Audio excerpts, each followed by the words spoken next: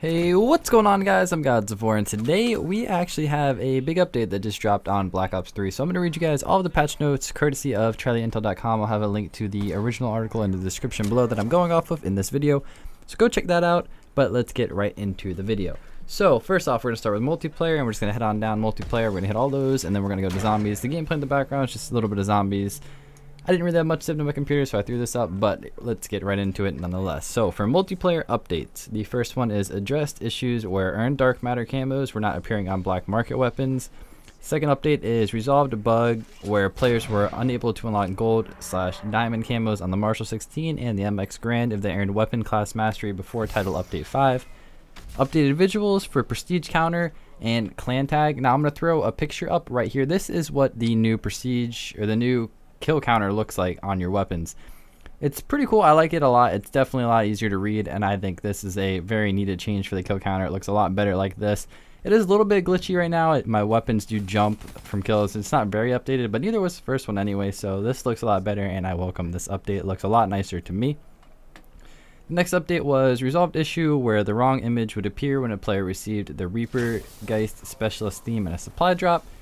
Addressed bug where the NX Shadow Claws bayonet would display the wrong image if banned or protected in arenas. Fixed issue where the wrong image was displayed for the LRX3 in the custom games protect/ban menu. Updated official custom variants for CWL competitive game modes. Added a live event viewer to allow players to watch the Call of Duty World League games from the main menu. That's really cool. I've been waiting for them to implement something like that for a while for the competitive people out there. And then for general gameplay, fixed issue where a white image was appearing in the kill feed for Fury Song kills. Corrected bug where the Fury Song icon would display in the kill feed whenever a player received a kill with the combat knife. Added ricochet damage for care package owners in hardcore mode. Added ricochet damage for players planting or defusing bombs in search and destroy in hardcore mode. For score streaks, we have the Wraith addressed issue where the Wraith was being destroyed by one less rocket than intended.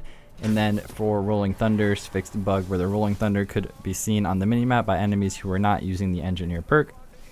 For maps, we have Combine addressed exploit where players could mantle onto rocks near start spawn and get outside a playable area.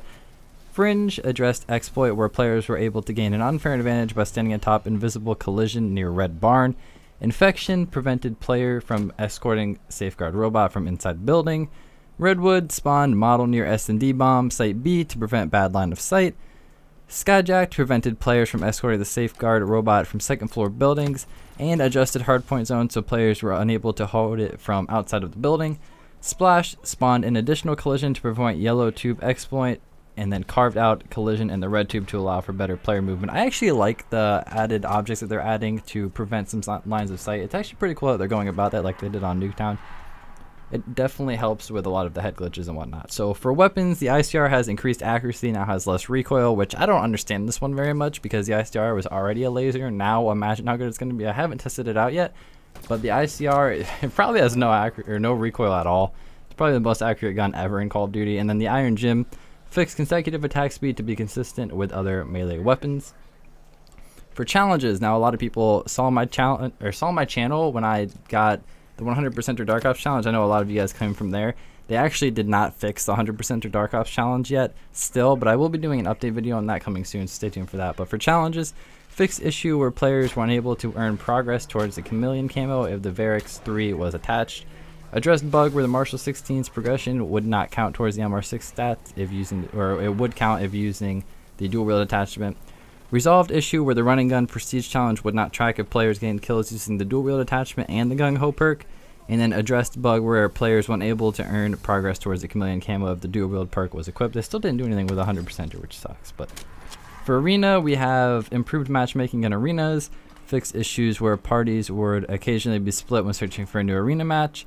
Added neutral state to ban and protect options. Players are now able to continue editing classes and streaks after pressing done. And then for custom games for arena, we have the NX Shadow Claw added to custom game competitive options. And then for social, fix issues where reporting a player will not update with the correct name. Now, on to the zombie changes. A lot of these are definitely interesting. So for general, we have addressed exploit and daily challenge system. Fixed issue where player could trigger the rocket shield functionality and or gobblegums when the scoreboard was on screen. Fixed issue where a blank daily challenge card would appear in the after action report at the end of a local/offline zombies game.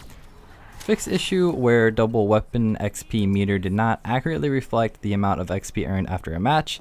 And then the big one, alternative ammo types have received a balancing pass. Now, I tried out Blast Furnace. I know a lot of people are going to be concerned about that when people are messing with alternative ammo types.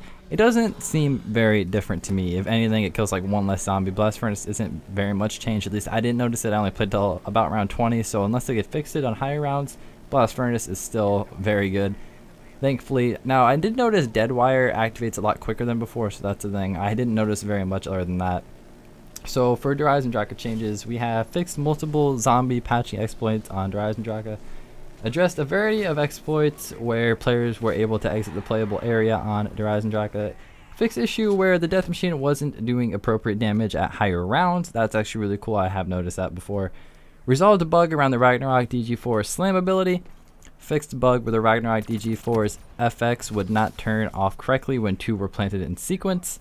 The Panzer Soldat has received a balancing pass. Now, for this, the only thing that I noticed about the Panzer Soldat, I didn't go high rounds. I think all they changed was high round. It didn't seem stronger at all on lower rounds, so I'm not too concerned about this yet. I'm gonna be doing a high round run very soon. I was on round 62 and then I got kicked out of my game because of this update, but I'm gonna be doing a high round. I'm gonna be testing out the Panzer health really soon. One thing about the Panzer, which I'll throw a picture up right here, they did add XP when you kill them. It does show on screen, so that's cool. Next, we have fixed issue where players were able to duplicate upgraded bows. I never knew about that. Addressed several bugs surrounding the main Easter egg quest. Addressed invisible collision issues during the Keeper battle. Resolved bug with the plunger melee weapon.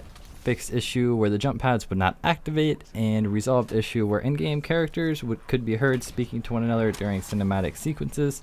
Now for Dead Ops 2, if anybody plays that, we have fixed the bug where Firepower Fate weapon did not upgrade to purple version. Eliminated a very small time window where player exiting a vehicle was vulnerable to damage.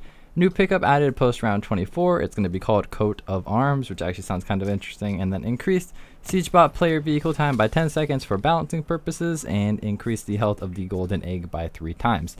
Now that has been this update. Let me know in the comments below what you guys think of all these fixes. I definitely am very curious about some of the zombies ones. Definitely the Panzer balancing, and then the alternative weapon types. I'm going to be testing out a bunch of things.